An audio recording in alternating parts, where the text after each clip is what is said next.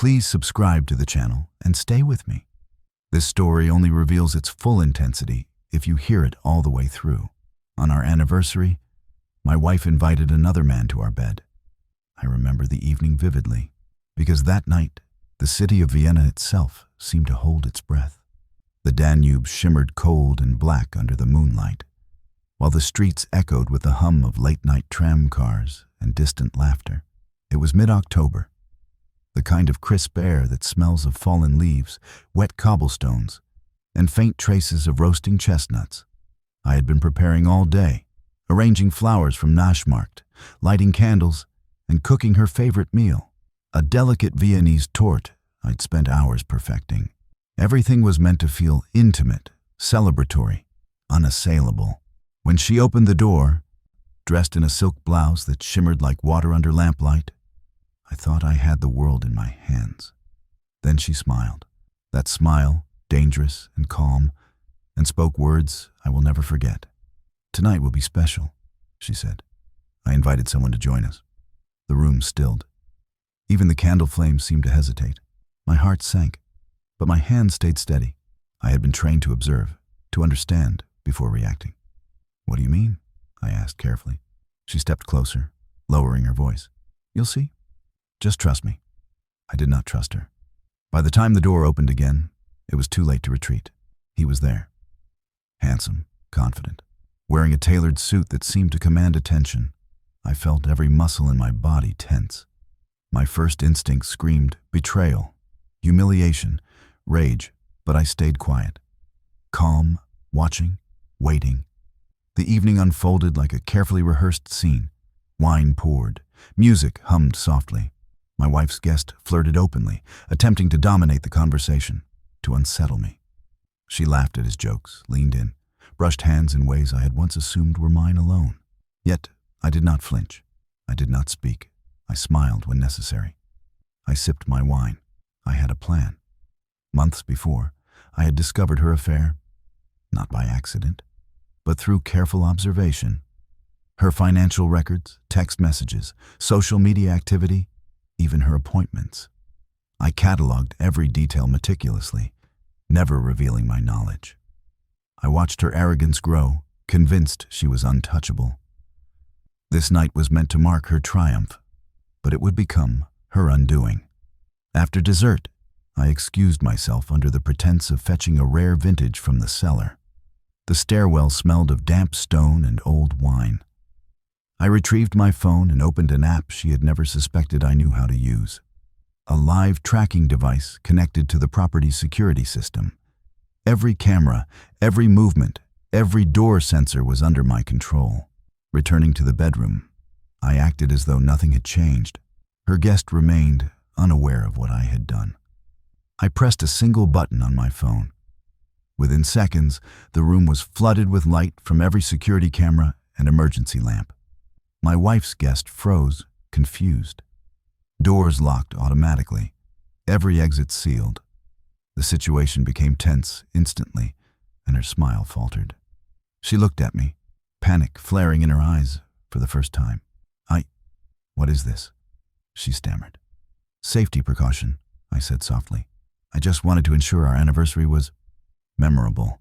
Her guest attempted to leave, but the locks were electronic, tied to my system. The man's face paled as he realized he was trapped. "You're insane," she shouted. "Maybe," I replied. "Or maybe I'm precise." Over the next hour, I revealed the truth I had gathered over months. Every detail of their secret meetings, every message, every financial transaction that funded this betrayal. I let her see the extent of her arrogance, the carelessness with which she assumed she could humiliate me without consequence. Her guest pleaded, tried to negotiate, offered explanations and apologies. I recorded everything. The audio, the video, every confession captured perfectly. By the time the authorities arrived, alerted remotely to ensure this was handled legally, the truth was irrefutable. The aftermath was devastating. The man was banned from contacting her. She faced legal consequences for financial deception and emotional abuse. Her reputation shattered among our social circle. Friends who once admired her elegance recoiled at the revelations. She was forced to move out, leaving behind her carefully constructed life. I remained in the apartment, untouched by scandal, untouched by humiliation, not because I had been blind, but because I had been deliberate. I had allowed her to think she had power, to believe her actions were hidden. And in doing so, I prepared the stage for consequences she had never imagined. Months later, I sold the property she had insisted on designing, ensuring that none of her whims or investments returned to her. I reclaimed control over finances, social circles, and even the smallest details she had once manipulated. The revenge was not violent, not impulsive. It was strategic, precise, and complete. One evening, walking along the Danube, I saw her across a bridge, smaller, older, carrying her own consequences, like a weight she had never felt before. She looked at me, eyes wide with recognition, perhaps even regret. But I said nothing.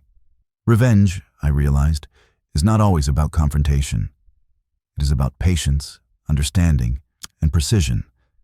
It is knowing the exact moment to act, the exact method that leaves no room for interpretation. The city around me, lights reflecting in the water, the echo of footsteps on stone, the distant hum of trams, seemed to breathe with a sense of finality. She had thought she could mock, manipulate, and claim my life as her stage. Instead, she became a lesson in control, patience, and inevitability. I poured a glass of wine that evening, alone, but not lonely. Vienna, with all its beauty, history, and shadows, watched silently as I drank. And for the first time in years, I felt a profound stillness, the peace that comes when justice is not screamed, but quietly, immovably achieved.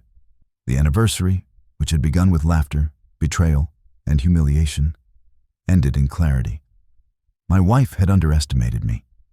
She had assumed my silence was weakness. But the truth is, sometimes silence is the most potent weapon, and patience the sharpest blade. From that night onward, I moved forward without fear. My life, my dignity, and my control remained intact. And every reflection in the Danube reminded me that actions, once measured and precise, can leave consequences that echo far beyond a single night. She never returned. The man never dared approach again. And I, for the first time, understood that revenge need not be loud to be devastating. It is calculated, inevitable, and unforgettable.